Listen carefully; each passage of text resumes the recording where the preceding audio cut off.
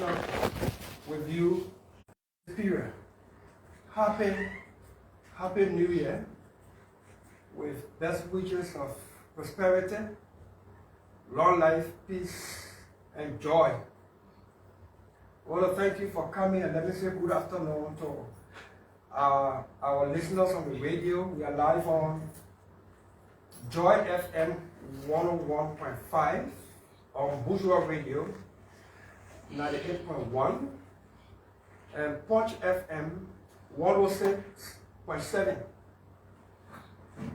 Let me say good day, good afternoon, good morning, good evening to all of you following social media wherever you are around the world. This is an interaction. We have made it a tradition since we became senators to interact with the media, to interact with our people through the media, to look at the year that just passed, and to look at prospects of the new year. We gave God the glory for 2023. There was a good and sad times as a country and people. We like to observe a moment of silence to the memory of our over 50, 60 citizens who lost their lives as a result of the oil tanker accident that resulted to loss of lives. I'd like to observe a few moments of silence to the memory.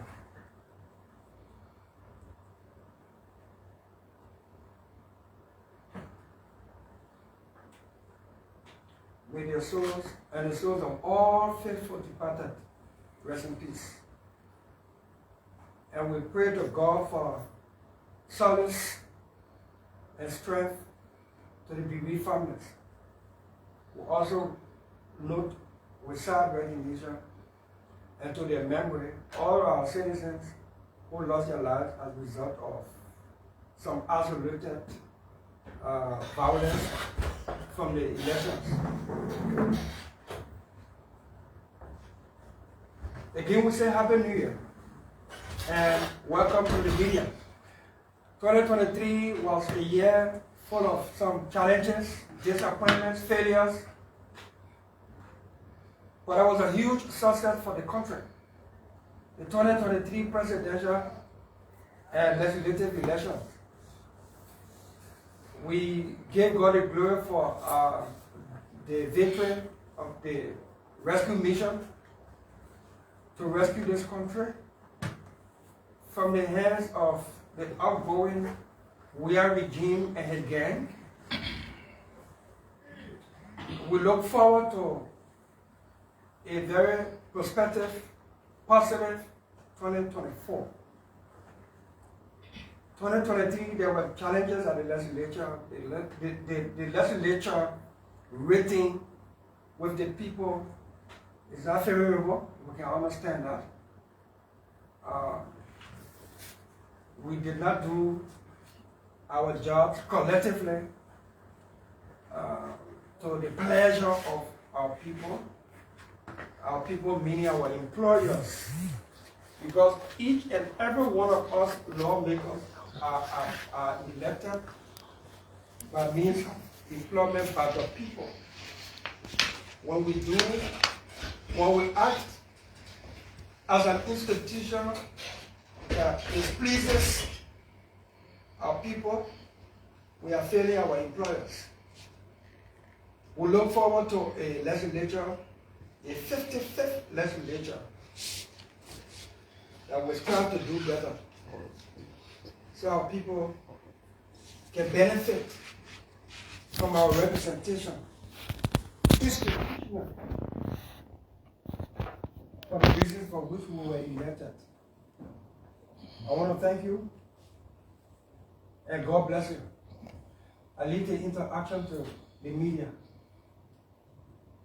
Yes, sir. Yeah, my name is Young October report for OKFM, OKTV, by the way. Also cover the Liberian Summit. Yeah, basically, over the years since you were elected, you've been very robust at the level of the Liberian Senate, speaking or at times, probably it could be the majority will carry the decision, but however, you are always on the record for standing up for a specific issue.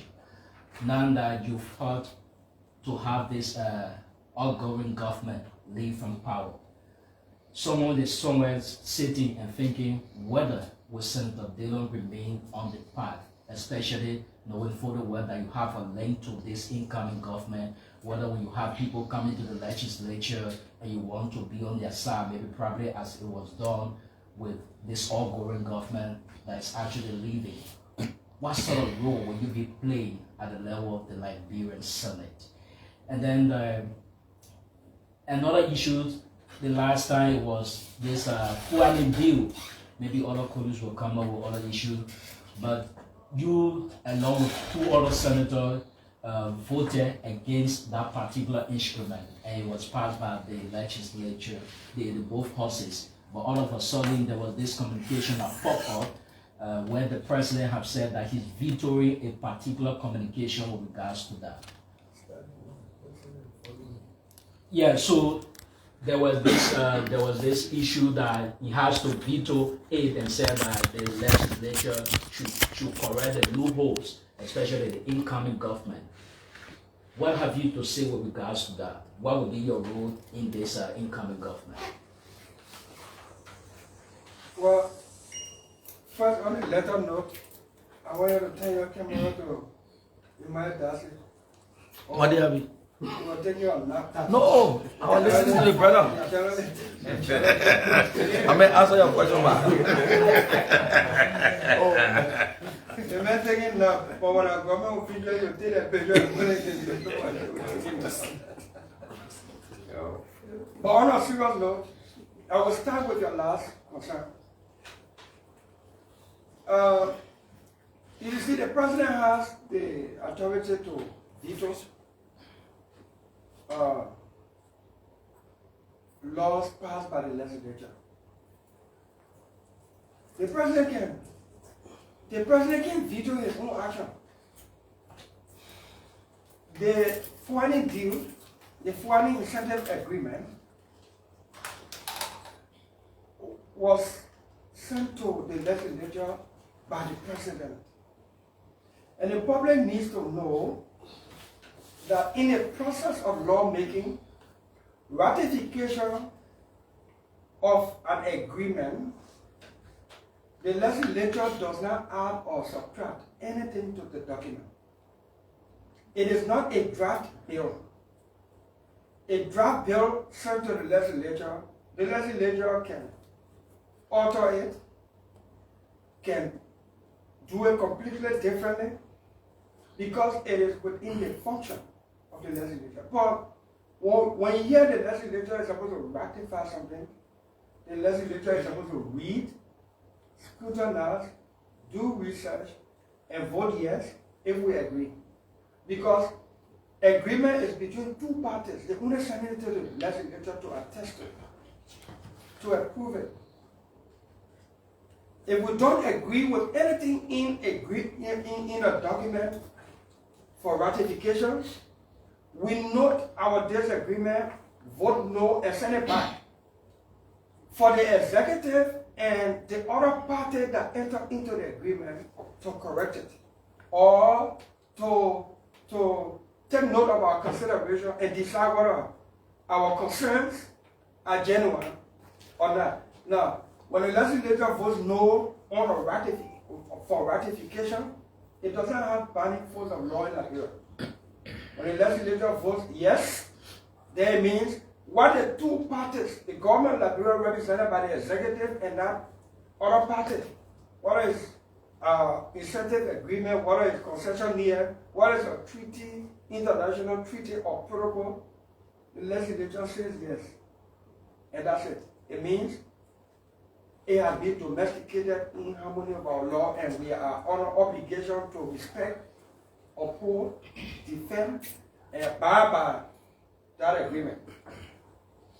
The Fuani brothers, Fuani Corporation incentive agreement carried some troubling counts that talk about in the event.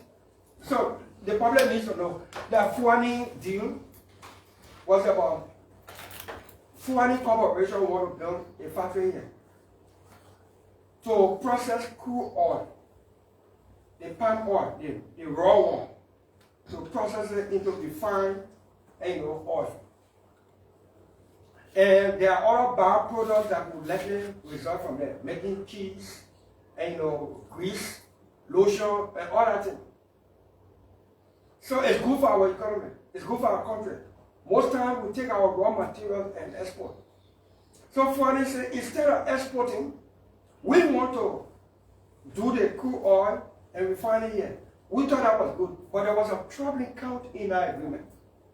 That troubling count was that if Fuani Corporation realizes that there is no sufficiency of crude palm oil in Liberia, up to 60% of their capacity to refine it here, then they will import it.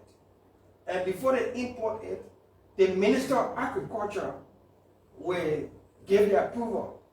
And once the Minister of Agriculture gives the approval, it means the government of Liberia has agreed with Fuani that the capacity of the volume of oil, crude oil that they need to do the refinery here is not sufficient, so they need to import the remaining percentage to fill up their volume. Our concern, Senator Nyomdi Kanga Lawrence, Senator Edwin Snow, Senator Simeon Taylor, Senator Jonathan Subway, our concern was that if we allow this to happen,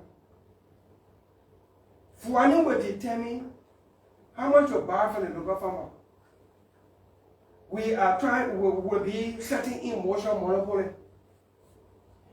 Because Fuani could say, you local farmer, you producing crude oil, will buy $10. And if the local farmer believes or actually that his palm should be sold at $15, Fuani will determine how much to pay, and if they don't do it, then they will use that loophole in the law, in the agreement, to import. So we said no. We said no. But the majority saw it otherwise and voted. So it became an institutional decision. The president vetoed the agreement and said there were plenty of loopholes in the agreement, and he's sending it back to us to correct it.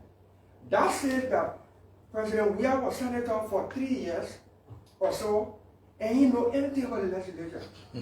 That's how grossly and incompetent this gentleman has been, and thankfully we're rescuing the country already. You cannot tell us that you vetoing what you said. A President Weah said we should correct the loophole, then he doesn't know about ratification.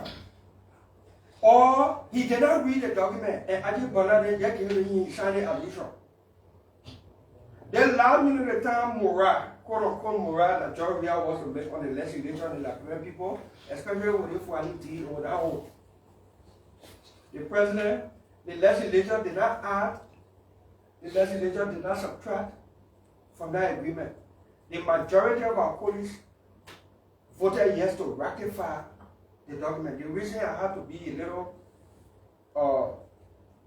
extensive on this explanation is for our people to get the actual information that when we ratify an agreement, the legislature does not add or subtract.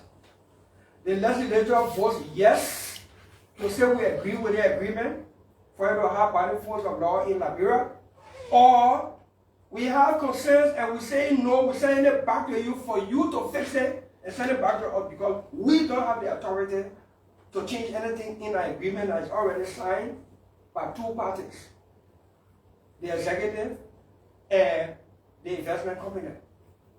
For us to change anything in a document that comes before us for ratification is a violation. It's an intrusion in the province and authority and responsibility of the executive. So the legislature did not do that. the president did not add. He just grossly ignorant. Okay, Senator Dillon. And the second issue was how robust will you be, especially with the incoming government? The regular stand. how robust will I be? Your reckless thing, whether you will slow down or you will still remain when if any issue coming from the executive, whether you I'm still. looking for real news now. You're likely. I asked the people of Monterey County, residents of Monterey County, the people of Liberia, home and abroad, to make me their senator by the grace of God, so that as much as we are not flawless, as much as we are not perfect, we try to give the country a glimmer of hope. Our action, our activities at the Senate was not against George Weah as president. It was simply meant to be a little different, to give the country hope that if we fight, if we bar and we try to fight to be good, we can change the country. No alien Liberian whose nose is behind his head, whose ear is where the mouth is, will change this country. Home and abroad. It is us, Liberians, normal human beings, home and or abroad, can decide how we want to change this country. To answer your question, Nyati, I was not robust in the Senate because I was from opposition and that because George Weah was president. I was simply trying to do my job. And you will see me do it even more effectively, robustly, under the Joseph Newman Boakai Jeremiah Kuhn administration. Especially so that I'm a member of the rescue mission. I will not take no vain pride glory that I'm a lead or leader of the rescue mission. I'm a member. I can take humble pride in that. Everything you saw me do in the Senate for check and balance, you will see me do it even more. I'm not like this one of the folks from CDC who in opposition saw it wrong. When they took over the helm of power, the same wrong did not change to right. They were defending those things. Now I got someone that Buddha out today. I am in no fear of being Buddha or later on my time counts if that's what the people want. I just want to do my job. I will be robust on Joseph Nima Boakai's nominations. I will be robust on our own administration's budget. We will be critical on check and balance. And we'll do it in good faith so that the administration we brought to being will succeed, not for the name and image of Joseph Boakai, but to the benefit of the country and our people. Okay, I just want to do a follow-up before we come over. I just want to do a follow-up. Senator, to Yanti's first question, the second question on the foreign due, I read the communication that came from the president, and most of the disagreements that the president put forth, just to infer, those are some of the issues that led you not to support or to vote in favor of that deal. What is your issue here with the president's disagreement? You guys seem to align with the president's decision to veto that entire thing because it's in line with some of the reasons why you did not vote. But what is the issue that you have? No, the president thank you, Aaron. Thank you. George Weah is a trickster. He's a corny trickster. And especially so, he gets commended and glorified here by the unsuspecting public, especially the reactions, who think that George Weah is always right and should not be scrutinized or criticized or condemned for being foolish. You can't veto what you say. If you veto what you send and you say you observe loopholes and I wish you correct it, you are displaying gross ignorance. It says to me that you are ignorant or you don't read what you sign. No president will veto an agreement that is sent that the legislature did not alter. That means if the president has said to me not directly personal, if the president has said new discovery has been made on this agreement, and so I'm making some addition, sending it back to the legislature, it will make sense to me. No president vetoes any document that for ratification that the legislature did not even cross any T or dot any R on. The legislature in majority simply voted yes to agree with what you said. And then you say you vetoing because there are loopholes in the document and you're asking the legislature to correct the loophole. You don't even know your function. You don't even know legislative proceeding. And it's sad that John Brown was senator and doesn't even know those things. And one of the second reason he gave was that it is too close to him turning over to a new administration. So he thinks it is not the right thing to do or prudent thing to do. There goes George Weah again. If you know that it's too close for you to turn over to a new administration, what are you doing nominations for? What are you doing nominations that got almost left everlasting span? Look, hello my fellow Liberians. George Weah is a trickster and he has always been, and he is ignorant and he's only displaying it at his leaving office. And that's how I want to respond to it. Here I come.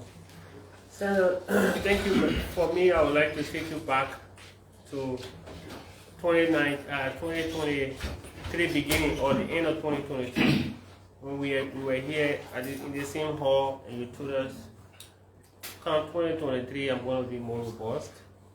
And it was from the background of your 2020 experience where you were being criticized for doing some things wrong. 2021 experience, yeah, for being criticized of doing some things wrong. How do you grade yourself in terms of robustness? Were you more effective, efficient, and more correctful in what you did? I mean, what can you say about your performance in 2023? And then you've touched on it a bit, but let me just ask a question as I wanted to. President Weah is leaving in a few days, and he has appointed or nominated a justice on the bench of the Supreme Court. How will you vote for that confirmation? Okay, so let me start with your first concern, and then I will come to the second one. I actually will not grade myself, but I listen to 2 independent radio stations like I normally do throughout the year and when the year ends. I listen to Fabric and the citizens call in. So award Dillon, Senator Dillon, as Senator of the Year, 2023. I listen to Bourgeois Radio, and the same thing. Maybe other radio stations have done it that I haven't followed, but the 2 radio stations I've listened to so far, the citizens graded Senator Dillon as Senator of the Year for 2023. The citizens and the media graded Senator Dillon Senator of the Year 2019, even though I took office August 2019. The citizens and the media graded Senator Dillon Senator of the Year 2020. 2021, which was a challenging, difficult year, a self-disappointing year for me, when I told an unwarranted, foolish, cheap lie about my own ticket, plane ticket. Even I made that. Even with our collection of 30,000 in the budget and announcing it for the first time since a growth of funding for the country and the public below. Even with those pitfalls in 2021, at the end of the year 2021, the citizens and the media graded Darius Dillon as Senator of the Year, notwithstanding. And we committed to our people after we apologized for dropping the ball, disappointing them, that 2022 and onward will be different, will be an improved, more robust Darius Dillon. The year 2022, the citizens and the media awarded Darius Dillon as the Senator of the Year. The same is happening in 2023. That should answer your first question. So I won't create myself, but I'm just humble and give God the glory. That notwithstanding some of the challenges we go through, some of the self-inflicted disappointment we bring upon ourselves as human beings, we still manage to wake up. And we don't intend to be falling down deliberately because we may have the ability or the grace of God to wake up. So I told my people that ticket mishap will never visit us again. I prefer to be courageous with the truth, even if the truth will hurt, than to be economical with it and then have to come back, because every time you have to come back, it erodes your trustworthiness and your respectability. And so since then, when I told the public something, I meant it and it was the truth. That is why when the rumor came that after the company beat us for taking the first 30,000, we made the case, we championed the case in the Senate, and we got the support of our colleagues in the Senate to remove that 30,000 from in the budget. And when it was rumored that we got another 30,000, we challenged the entire government and the media to show proof of that. Since that time, since we put on that challenge, everybody come to bed because we said the truth that we did not take a second 30,000. And since then, we haven't taken it. 2022, there was no 20,000. And 30,000. 2023, there's no 30,000, especially in the Senate budget. So these are the things you do when you fall, you wake up, you want to gain the confidence and trust of the people. You don't do it again. And, you know? So I hope that answers the question. Regarding your second issue about the president's nomination of somebody on the Supreme Court bench, I'm a member of the Senate Judiciary Committee, and by protocol, it is the committee that is supposed to hold confirmation hearing. And thereafter, as a committee will deem, we submit to plenary for final decision. And so as a member of that committee, who is supposed to make some decision and hold confirmation hearing, I will beg your indulgence to withhold my opinion on the matter, so it doesn't either jeopardize or prejudice my standing with the committee. But the president has the authority to nominate, even on January 22. As he's leaving his house to go 10 over, he can dismiss people, he can nominate people. The Senate has the authority to decide yes or no, or hold it down until later on. So everybody exercising the authority here. But I will not make any opinion as a member of the Judiciary Committee, so it doesn't... So can I have the leverage of asking a second question saying that will be answered? Please do interaction. Yeah. So I'm concerned about, my next concern is the issue about tenure. Yeah. There was this rumors about some institutions and were being detenured by the Senate or the legislature in general. And then on Thursday, we heard that it was only the maritime. What is the real information about tenure institutions of government? How many were detenured and how many still retain their tenure status? If you were in session on Thursday, Yeah, Thursday. good. We raised this issue a few weeks back, and we got it on the agenda on Thursday. It's on Thursday. For us to settle down on the issue of tenure, because I know as a senator, we remove tenure from some public entity. We voted to do that. The latest information is that the House of Representatives remove all tenure.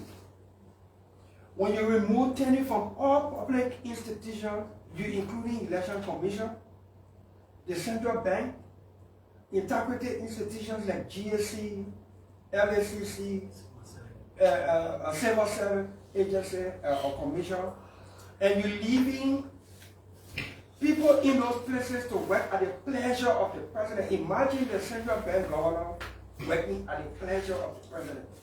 Imagine GSC and election commission, LACC people working at the pleasure of the president. That's a blanket law the House of Representatives passed to please George Weah, because he wanted everybody to serve at his pleasure when he became president in 2018. It took years in the Senate for that matter to come back on the floor for concurrence. So when the Senate took up this matter, we did some significant consequential changes to what the House passed. That would mean by legislative practice, it will require conference committee to reconcile the two bills. Now, I can admit that some of us dropped the ball on this issue, like we dropped the ball on plenty of law of bills to pass away. It is this late day before we asking questions as to whether the conference committee harmonized the two laws, the two bills, to send it to the president. Now, George Weah wants to keep some people in position that he did not, that when he took over, he thought it was wrong to do. Now he wants to do the wrong now. So when I asked the status of the Tenure bill, the Tenure law, we got to understand that the law that we passed in concurrence with the House that required conference committee, it got stuck at conference committee and did not go to the president for final approval and to publish into him bills. So sadly, there are some institutions that that will remove tenure from, we still have to benefit from tenure because the enactment of law, the protocol and processes and procedure were not exhausted to the full. But I know that when we review the Maritime Law, the Maritime Act, we specifically remove tenure from maritime. So as for maritime has no tenure. The president of maritime serves at the pleasure of the president. We are intended to remove, and we voted to remove tenure from LTA, from RIA, and all the places, but not selling them put tenure to just to put people in job as you were leaving. And when George Weah became president, he thought it was unfair that all the presidents had tenure. So he asked the legislature to remove tenure from some places, and the House of Representatives went and removed tenure from all the places as we explained. The Senate thought to make sense of it, to keep tenure at integrity institutions and remove tenure from places that we did not deem necessary. Sadly, that bill did not reach when the House or one of the houses passes a law.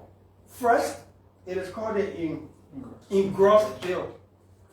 When it is a concurrence of by both houses, when it goes to the president, it is called the enrolled bill. So that enrolled bill has not been sent to the president for his approval and subsequent publishing into handbills. So sadly, it is what it is. Yeah, Okay, Senator Dillon. I'm looking forward to President Joseph Nimo's workout and the 55th legislature to correct that wrong. Okay. So my name is Lema Kwali Kamomi Steve in Liberia. In your explanation, you said that the Senate did not do well this 2023. So as a senator, I would like to know what are these major places you saw the lapses that make you to say you people did not do well. And if you were to grade the Senate, what would be the score from 1 to 100? From 1 to 100? The percentage, your score, the Senate, the overall score. I will give us 40.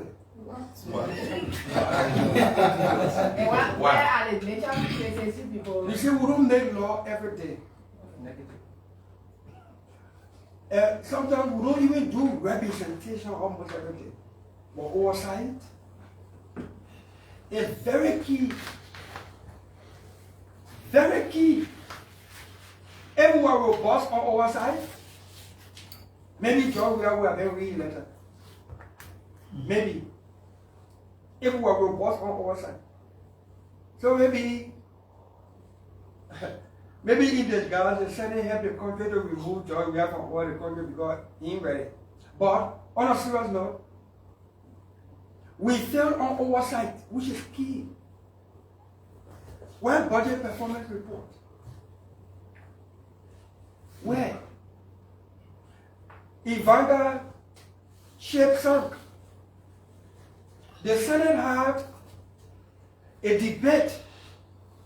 The Senate had plenary interactions regarding Ivanga, the zombie vessel, that resulted to the loss of life of our citizens and damage to their property, loss of their property. We took a vote to compensate these people.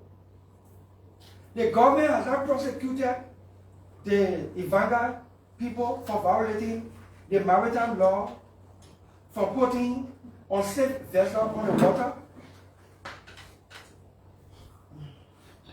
So we took responsibility as a country, as a government.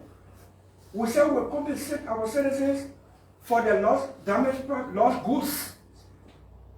We said we'll show empathy to the families that are bereaved as a result of the loss of their loved ones, their relatives, their friends. The Senate voted to give some reparation in the volume of amount of at least 20,000 per family that lost a relative, and to compensate for our citizens whose goods were lost. We failed to do that. We said we'll put it in the budget. How many of you who cover the media in Yemen put it on the agenda from time to time to remind us that we're obligated to our people? That's oversight. That's representation. We failed. Where budget performance report? You write ministers, you write heads of agencies, of government, they don't even blink.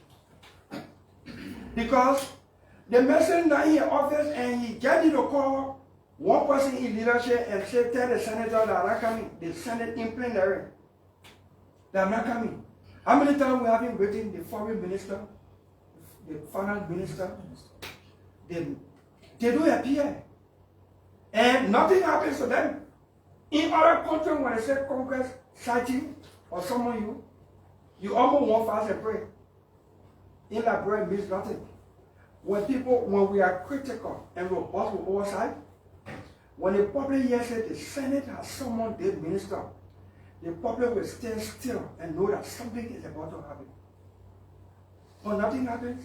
Even if the people reluctantly come before us, we just make speeches because the camera is there. We vote and nothing happens. The budget got no hair, no tail. The budget is not impacting the country and the people. It is impacting us, the big people.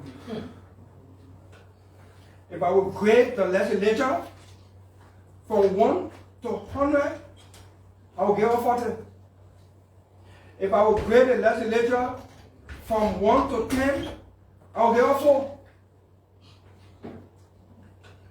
Yeah, my dear? Yeah. So let me just do a follow-up. Yeah. Is on that, looking at the losses you people encounter, can you link it to a particular issue, like a particular influence that led to your kind of degrading performance for the year 2023? I will answer by saying courage is lacking. In the legislature. Courage is lacking. And I like to use the word spine. We're spineless. Institutionally, we're spineless. Okay. Is it like you people are not capacitated or? You see, you can have the capacity if you don't have the courage. That's all. What is so difficult in simply saying no when you're wrong? What is so difficult in saying and demonstrating righteous anger to say, if someone is the finance minister and he rap and say, he's going to Farmington to hold workshop, and there is no righteous anger in the body, institutionally, to say, go sign your and go get a finance minister, because it is constitutional, it is lawful. Go get a finance minister. When you do that, and you hold him in contempt and sanction him, and that sanction holds, when you call him one deputy minister, they will run. When you call in that same finance minister, unless he's sick and he can prove it with medical attachment, report attachment, or unless he's actually out of the country on official matter, and that the time we summon him, he was out of the country. Cabinet ministers receive citations and summons from the Senate while they're in country, and they leave the country and have their deputy write and say the minister, and the date that the minister travel is the date after the Senate summoned or cited the person. You know why that happens? Spinelessness. I'm looking forward to a 55th legislature, especially a 55th Senate. Hopefully, that can be different. Oh, I can't wait to see Amara Kone. I can't wait to see Momo Cyrus. I can't wait to see Daba Babala, Johnny Nyomi Kanga Lawrence, Johnny Jonathan Sebwe, Johnny Darius Dillon, James Barney. You can imagine the Senate that Joseph Boaga can see. And that's how I want to answer it. Yeah, you win. Senator Dillon, happy New Year. So my question is somewhat like a follow-up to my colleague. I'm Bill Kuba, I work for Empire newspaper.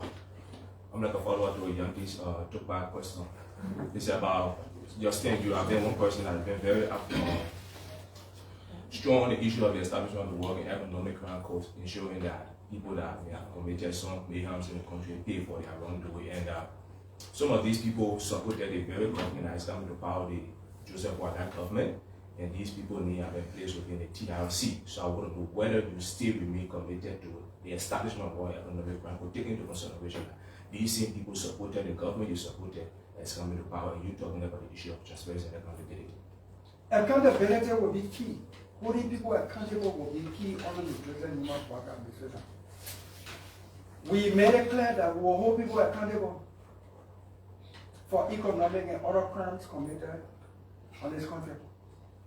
Everybody heard our platform and our vision on the rescue mission. So everybody who supported that rescue mission, knowing the platform and the vision to hold people accountable, agreed for us to do that. And we still stand firm with that. Okay. Badri from front. My name is Badri Kali from Brampton. Senator Dillon, I didn't listen to you. I did listen to you and you talk about the legislature you created the Senate. I'm concerned whether or not there is a need for more reform at the Senate. And if yes, where specifically are you going to focus? And then my last question is, you were part of the rescue mission, but there has been this statement by one of your incoming colleagues calling on Liberia to manage their expectation. Where do you stand? So, yes, we should manage our expectation, but it does not mean that we should drop the people expectation. No, we will not drop the people expectation. We will manage your expectation does not mean you come and do all the kind of things here that's how to drop your expectation. We told our people specific things. How can the people manage their expectation on audit? We got to audit. How can the people drop their expectation on Joseph Boaga just nominating any kind of people and the Senate just confirming them because we now hold the leadership of the Senate? No. Manage expectation, that has to do the sitting majority where they were doing a voice. No. Manage expectation is the time it will take for us to start to grow this economy and put people to job. You know, I always say anything. When you're hungry and you go home and no food on the table, it can make you hungry more and angry. But when you go in the kitchen and the pot boiling, it can reduce your anger. Yes, yes. If you are hungry, no food on the table, but leave the pot boiling. When you're hungry, you go home, no food on the table, you open the kitchen, the copper now on, stove now on. And those are all people who using coal. Then you know, they pot turn upside down and then the coal wet. And you know what I think you do to your hunger and your anger, it can increase it even more. That thing can happen to children who don't leave food money when they first with their parents. Why no food on the table and ready? As though they left food money home. That same thing can happen to others who leave food money home, going home hungry, expecting food on the table, but no food on the table, the kitchen, the copper is not lit, then the coal wet. That thing can make the man angry and hungry more. Or even the woman that is independent or taking care of her home. What am I saying here? When you're hungry, you go home, no food on the table, but when you open the kitchen, the pot boiling, and I hope, you say, okay, even though no food on the table, something has been done for food to get on the table for them to eat. I hope that the one we call managing expectation. When we say manage expectation, it's not that when you open the kitchen, no food on the fire, then the coal wet. That manage expectation, that dropping expectation, that dropping hope, and we dare not do it. We dare not drop the hope of our people on fight against illicit drug. One of the things upon which the rescue mission was elected, headed by Joseph Nima Bwaka and Jamaica Pankun, everywhere we went across this country, there was a general team song, no more couscous, no more drug. So yes, I would join my colleague, American, to say let's manage our expectation. But no, don't drop the people's expectation. We will not. We should not dare to even do so. Or else, I know the Liberian people. My brother, Liberian women and bro, educated or not, short or tall, Muslim or Christian, white or black, rich or poor, able or disabled, Liberians can vote in 3 categories, one of the 3. I said, whether you educated or not, short or tall, no God or not no God, all that thing. You know the 3 categories? The first category, they wasn't have someone for the team at that time. Educated people or uneducated people, everybody in that category. Muslim or Christian or everybody in that category. Intelligent people, unintelligent people, literate or illiterate people, everybody in that category.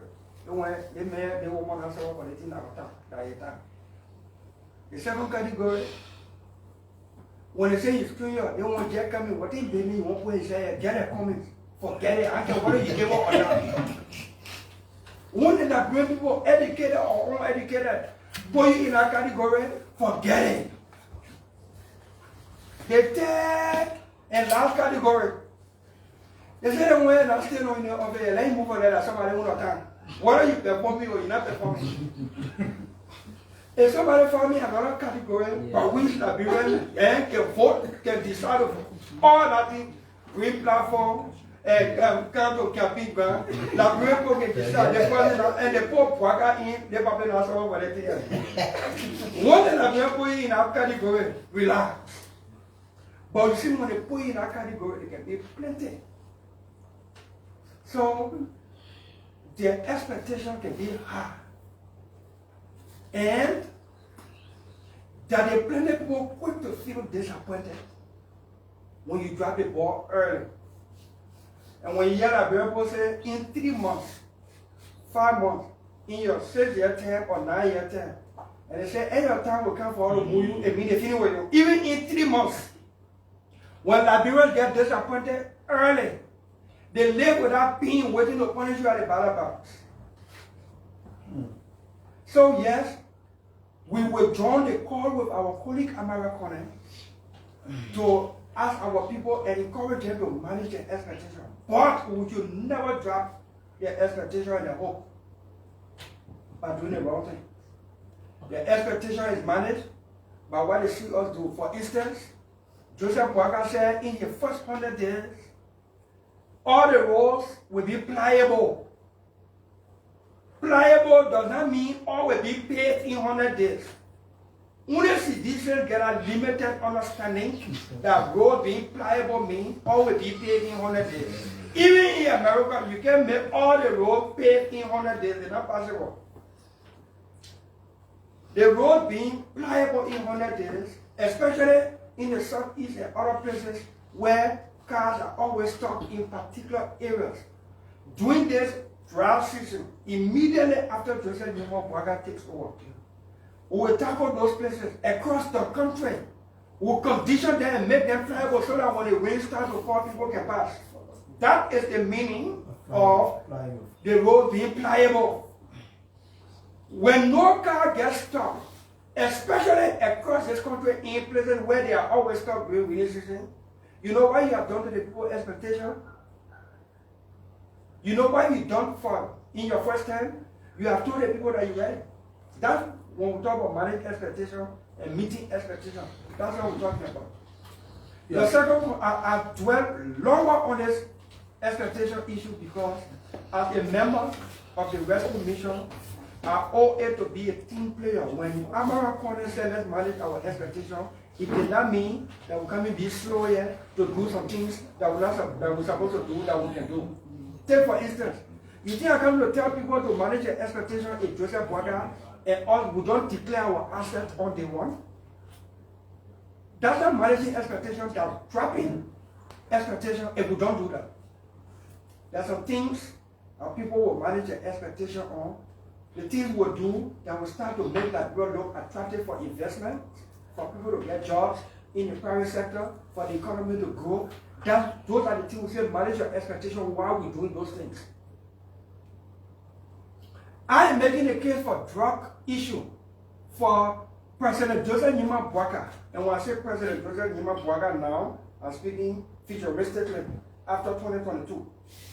For President Joseph Nimo Boakai, at January 22, this year, going forward. So anytime I say President Joseph Nimo Boakai, I'm speaking futuristically because it's not fair to have one sitting president and then I hope we get it clear. Yeah. So what I'm saying here, Joseph Nimo Boakai as president and Jeremiah Kwankun as vice president, they take drug tests publicly and require lawmakers, all of us, including Senator Darius Dillon, the leadership of the legislature, and all lawmakers take drug tests. If Joseph Nimo Boakai passes drug tests, Jeremiah Kwankun passes drug tests, the senators take drug tests and we all pass. You think anybody who coming for confirmation before me, I will not ask them for drug tests? If you take drug tests, I'm not passing you. You see, when we say manage expectation, it means we got people expectation on things that we can do and should do. We can raise the people expectation by some of the practical things we will do. Practical, radical things that are achievable. That are achievable. If you're not doing drug, you can fight drug. Sometimes you're not doing drug, but if you're greedy for money, you can take drug money and facilitate the importation and smuggling of drug. So we want two kind of people in government. Joseph Boakai doesn't come across to me as being greedy. It's not materialistic. You don't see the old man here with gold chain, BB gold watch. You don't see him in flashy sport car. He's not the first to get a Christmas clothes and New Year clothes and 26 clothes that John here. Yeah, so when an elderly man like that is not greedy for material things, then he's not a drug user or drug addict. He has a standing. And then he has the courage to fight drug. That means all security people in this country must test for drug. The DEA, the police, the army, the NSA, all security people must do drug tests. Those are practical things to send a message. If the president takes drug tests, the vice president, we the lawmakers do it. And you know the cabinet minister will have to do it. That's how he do it. Leadership by example from the top. Then we start to carry drug tests into schools. Y'all in the media, every year, I know happy hour or happy Friday with the students in the various schools, Super Friday. We are running a rehab center. Some children 19, 20 years. They say they've been on drugs 4, 5, 6, 7 years. If you're 20 years and you've been doing drugs for 6 years, it means you are in your early teen, right? And the children in their teens, they don't want to go to school. So they say they start in 7th grade, they start in 9th grade, we cleaning them up, rehabilitating them to make them productive again and good citizens. So we got to take the thing into the schools. How can we, public officials, make it a policy to take it to the schools if we ourselves are not led by example? So that's what I'm saying. They manage expectation. I agree with my colleague, American, but it doesn't mean that we'll grasp the people's expectation by doing the wrong thing, or else they will miss some other way. Blamoto. Thank you, Senator. My name is Blamoto Bana FM, a son of the Liberian Senate. So, at the end of 2023, the U.S. government imposed sanctions on 2 of their colleagues, the Proton and the Nukwe, including the finance minister. So the Proton responded to that officially. And just as part of the few lines he made, let me read one verbatim. He said, "You will take the appropriate action individually, severally, and collectively as your wisdom dictates. No matter from which angle you look at it, that attack is on all legislators. Whether from ruling position, from opposition, do you agree with this statement made by the Proton that it covers all of you?" When I say we're in the media, I can say all useless. Even though you can see my office. So do you agree with that? What do you? No, I don't agree with it. And secondly, I'm going to stop again. I agree with our chair on that thing. The American boy agree with that. What is under your wall? Well, so it's not too quick. So the second thing is, we are observing very soon we will be going to the election. I'm talking about administration of the Liberian Senate. Considering legislative understanding and administrative understanding, leadership experience wise, who's a coach? You already know my answer. The Senate will have new leadership on the 15th of January. I'm looking forward, and we are very hopeful that Nyombi Kanga Lawrence will be the pro-tem of the Senate.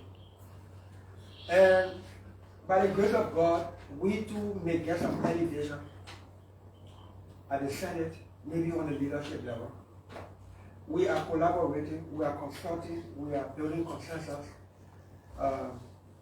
Nyombi may likely be a consensus with ballot candidate for pro-tem. If it doesn't happen, maybe on container, if there will be any, it may not even get 5 votes. Now you are talking about reform at the Senate.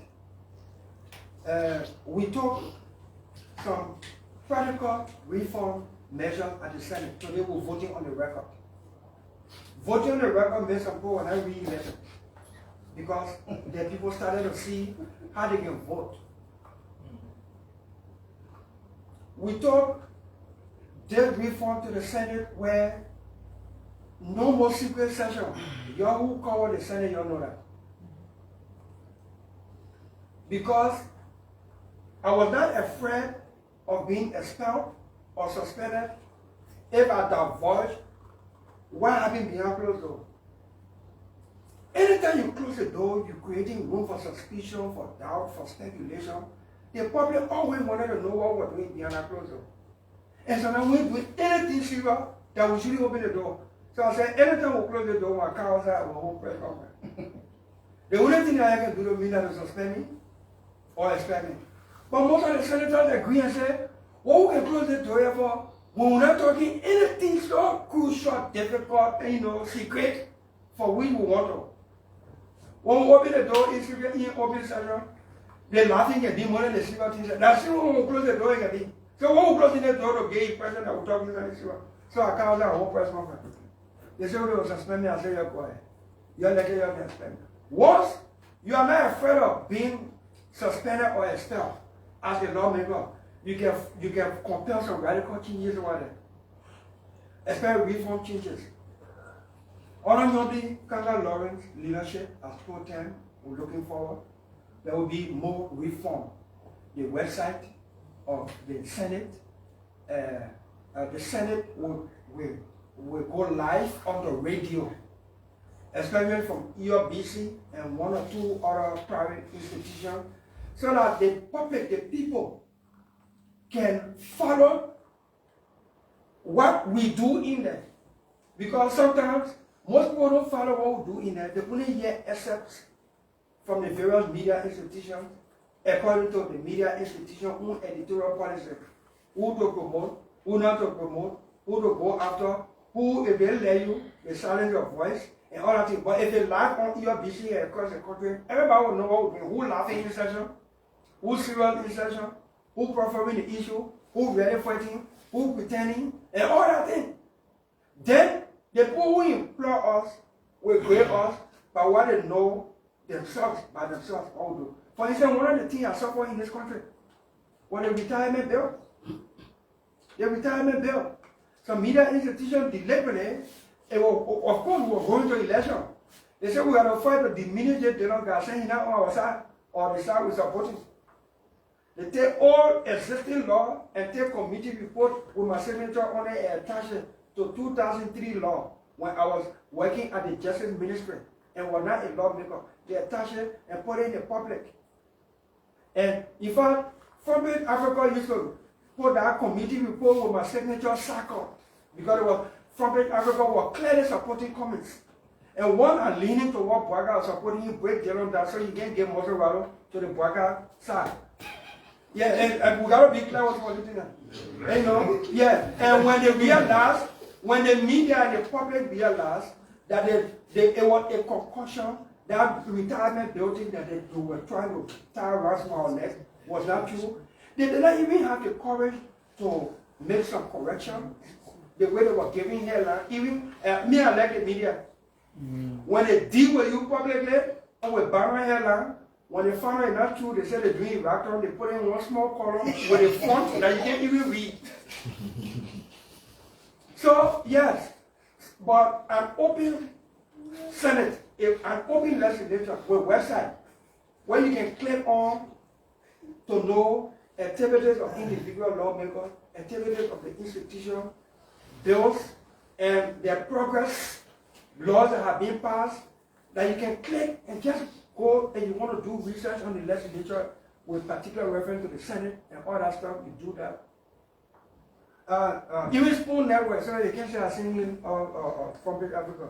Spoon Network beat me down for that retirement building, and up this now they gave me apologize for knowing the truth now. So, but it was all part of the terrain, the political terrain at the time. We're moving on. We're moving on to 2024, and we're looking forward to a more robust, credible, high-rating Senate in terms of reform.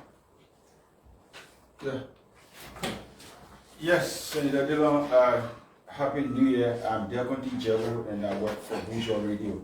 I have particularly two questions for you, since in fact we are in retrospection of 2023 and moving over to 2024. You rated your own Senate in the very, I may call it very low grade, but I want to know, I believe that why it is true that you are there with all what you said, but why was that time I wish that you felt so proud in yourself that you walked out of the Senate, particularly when there was an issue before the Senate on the floor, or maybe somebody appearing, but you left that place and you felt elated that yes, a decision was reached that actually have you fulfilled as a senator. And 2 to 8, we are now into 2024, just moving away from 2023 elections.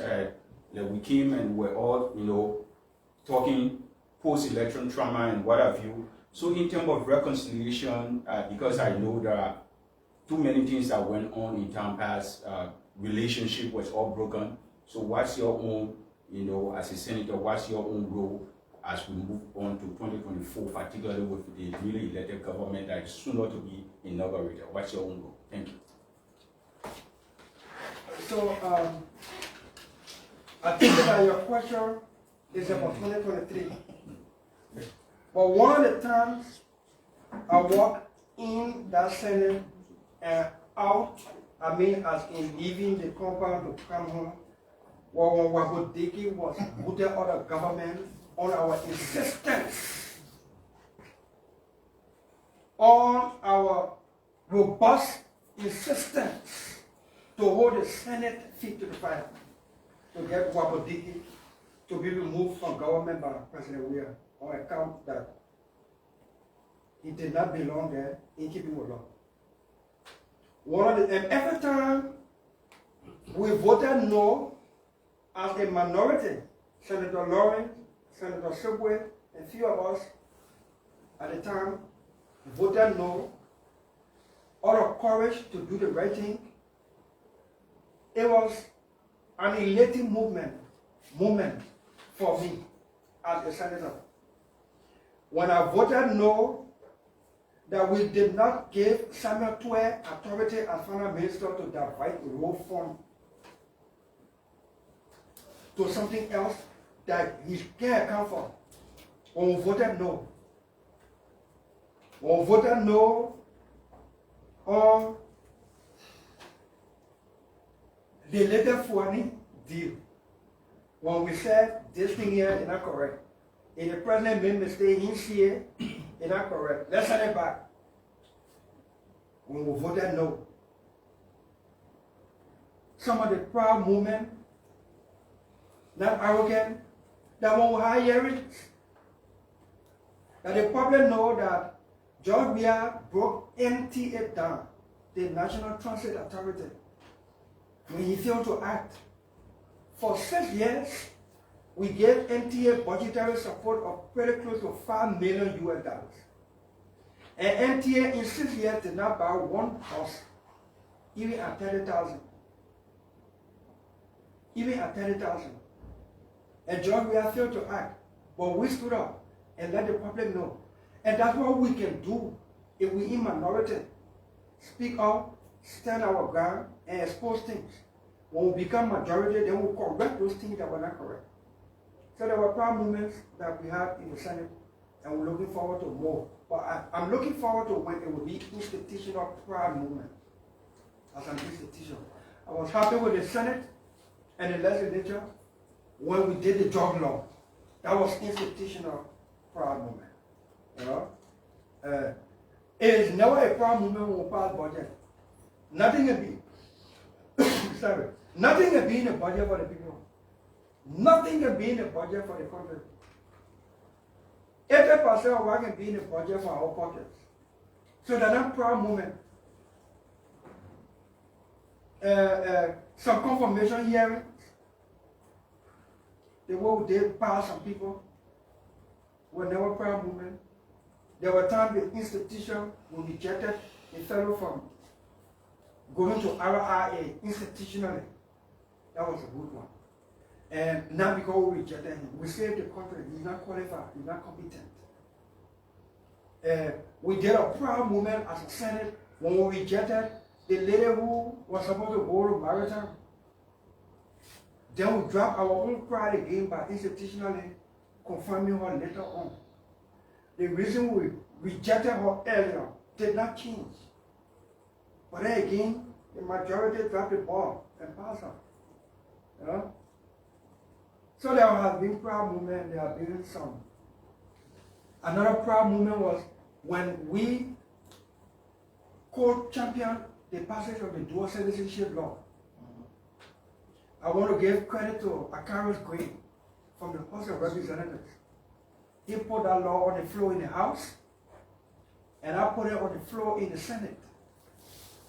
The legislature, both parties concord on one version, and we sent it to the executive, and the president approved it and printed it into handbills.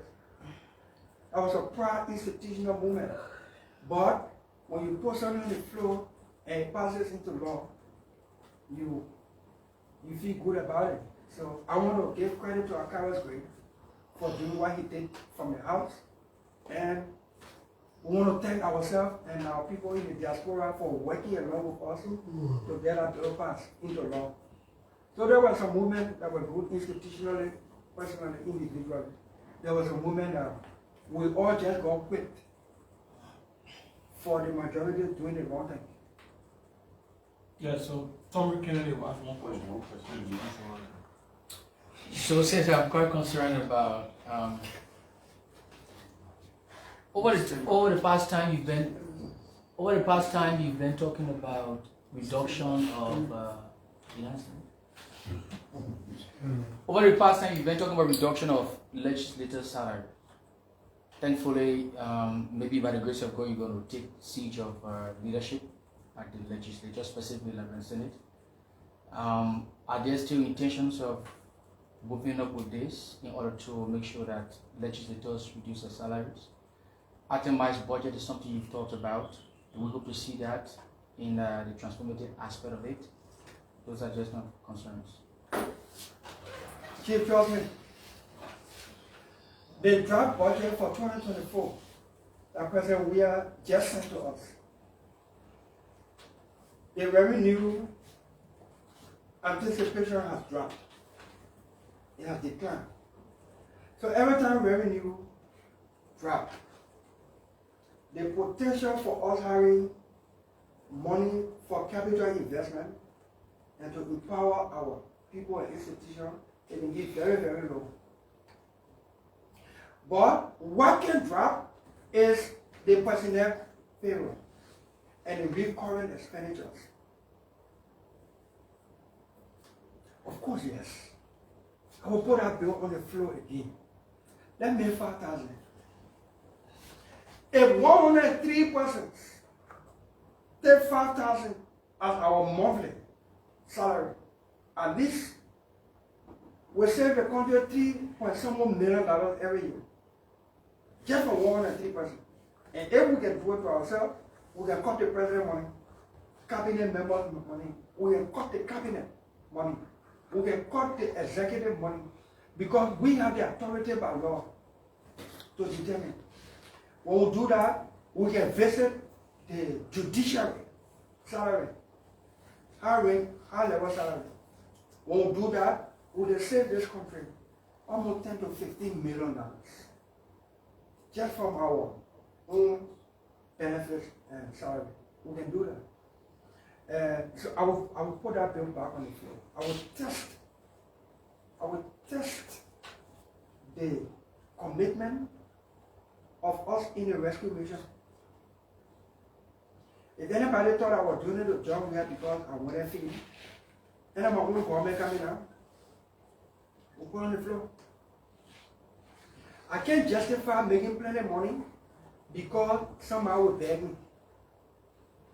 People begging the civil servant who making 150. The civil servant who making 150, people begging them. So people will beg us because they think their money in our pocket. They will reduce it and put it in the system, in the sector. If 10% want me to pay the school fee, but from policy perspective, we fix all the public schools and put the quality in it, like it is in a private school. The 10% who want me to pay the school fee, I will tell them, I finish putting quality in the public school from kindergarten to 12th grade, I finish making it free as a government. So go to public school. That quality you want in B. Derry Harris, in C. Derry A, I put it in Tubman, I put it in D12, I put it in all the public schools. I'm talking institutionally as a government. Then, you want me to pay your school fee, I will send you to a government school. Because I send you to a school where you will get quality education because I have done my job. Somebody who want me to pay the hospital bill, it will focus on the health sector and make health issue out of very low, if not free, affordable, especially to our ordinary people.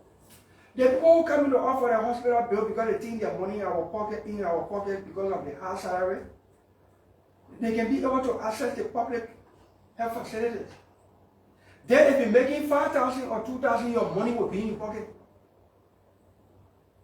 your money will make sense in your pocket. And for me, that's how I see it.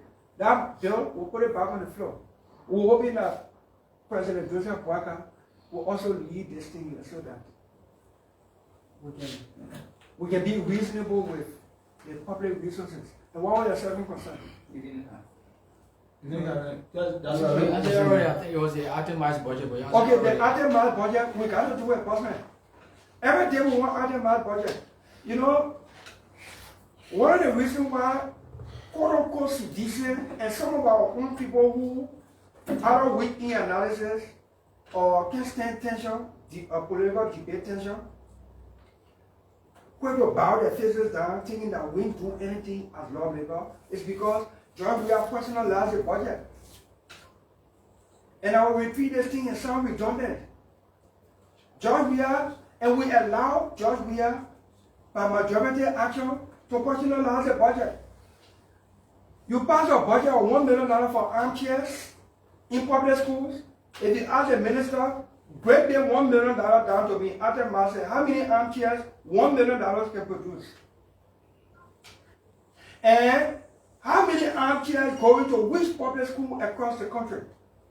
If you tell me $1 million can produce 25,000 armchairs, out of the 25,000 armchairs, 500 going to Woodbridge, 200 going to Bozeman, and 1,000 going to Tottenham in Morocco County, where I am senator, I know that I have passed a budget and armchairs going to public schools. And the quantity, during the budget year, I can call the Minister of Education to question him on what the update, the status, why the armchairs or this quantity of armchairs. The whole for Atema, it is easily trackable, and it is easy for you to demand accountability on Atema's budget. You put money in the budget for the LEC to provide street lights and transformer for various communities. You get bulk figure. You don't know the quantity of street lights or the transformer, but when those items are purchased, then when they carry it, the president carry it as president project. And the way George Weah was immature in running the government, when he carried government goods to the people, he carried only CDC lawmakers behind him. So the public see only CDC lawmaker. When the president leaves in that community, then the president senator will see the president's street like where your own. If we are not passed the budget, if we are not appropriated for street light, the president will not have the money to carry the street light. That kind of irresponsible way of running government, thank God will not replace and rescue George Weah himself from himself in the country. And we'll try to make it better. Okay, Jackson, please. Senator, my name is Jackson Clay, and I work for the Liberia newspaper. So I've got several concerns. The first one is we're going to start whining now. a follow-up to Bill's question, and you said you still prefer the issue of economic crimes and all other crimes. So my particular concern, let's be specific. You and Senator Prince Johnson, your ally, has a heated conversation about this war crime code. Do you still hold that view that is this something that you're contemplating on of introducing the issue of war crime code? Do you still believe that Senator Prince Johnson needs to face the war crime code? That's one. The next question is, how robust is this new Senate going to be? Because we saw that when the likes of Senator Sherman, Henry Topa, and a few other persons came on. And now that you name it, there will be only 3 new persons. Senator-elect Dabla Fabla, Amara Kone, and Momo Cyrus. And they are already like leaning on the side of the incoming government. How robust or different are they going to be from the current Senate? The third one is... Thank you. Do we ask the question?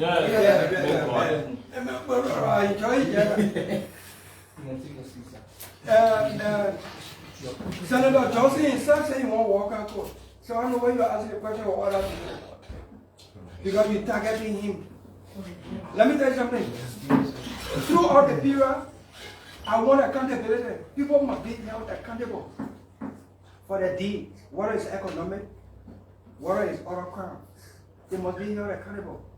I answered our question here, that the rescue mission said we will hold people accountable. And so everybody who agrees to support the rescue mission agrees with that platform and that vision. And I look forward to President Joseph Numa Waka leading that fight and leading that aspect of our vision under the rescue mission. So if they will include everybody who had this country and not targeted, let's go for it. Yaga Kolba say you won't walk and go. Queen Johnson say you won't walk and go. So when you specify about Queen Johnson, when in the Senate, I call for accountability and walk and go. Senator Johnson feels that I'm targeting him than he's feeling. Say I'm going to tell you the table or something. Yeah, super. So yes, accountability is on the table. It's not selected. Okay? Yeah. What is the second concern? The second concern was the difference in the previous Senate. Oh, the other thing I tell you, how will you stand it up for aftermath budget and more robust oversight and confirmation hearing? You rather think Joseph Baga will send anybody to all and because we want to rescue mission will get past that? You can be a patriot one sir. Yeah,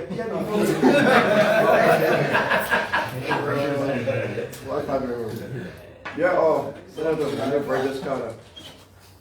On the Senate floor, I saw you cry endlessly with respect to Ethos and Ebola.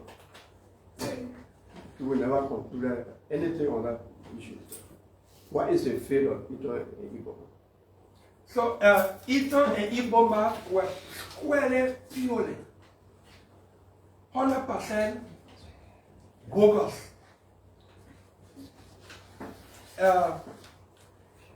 BM 419 fake. Any adjective left behind for me to use. But you see, Ethos and Ebola have a legal instrument in their hand. The way George Weah and his gang have been reckless with state resources, I can bet that maybe Ethos and Ebola bring their money and they use a George Weah and that. I can bet. One day in the future, Ethos and Ebola may come with legal claim. They will be banning on this country. Excuse me. And so, I put a bill on the floor for us to take action to de-ratify or remove the legislative authority we give. The Senate sought to take some action, and then we got stalled, as usual, for some strange reason. If Ethos in Ebola are not performing, have not delivered a cent, have not performed in keeping with that agreement, why George Weah them, Samuel Tuwe them, and the Justice Minister? Why don't they take righteous action for us to remove the legal obligation that this country has to Ethos and Ebola? So it smells something. Maybe Ethos and Ebola perform. But you know, as greedy and reckless as George Weah and his gang or officials have been, you can't beat the argument that probably Ethos and Ebola may have performed cash wash. And so they got George Weah and choke. One of the first things we will do under the 55th legislature through the Senate is to resurrect the matter so that we can save Liberia from future potential legal action for something that the country did not benefit from. If there was any benefit, it would have benefited the few greedy people who did this to the country, and the future generations should not suffer. Gibson G. Yes, Gibson. So we'll take two more. Gibson G from Punch Conference. Senator Dillon, recently the president, outgoing President Weah, issue an executive order 1224 banning the exportation of processed rubber from Liberia. We saw the Farmers Association and exporters send a communication to the Liberian Senate and the House of Representatives. asking you to revoke this order from the president. What's your take about it? So the legislature can only revoke an executive order by passing a law. The president has a constitutional authority and right to issue executive order. That executive order should not violate a standing law, an existing law. Right? Once there is no existing law and the action does not breach the Constitution, then if the executive order is not legally challenged, especially through the courts, that executive order stands. It can only be overturned by a judicial action or if the legislature passes a law to undo that executive order.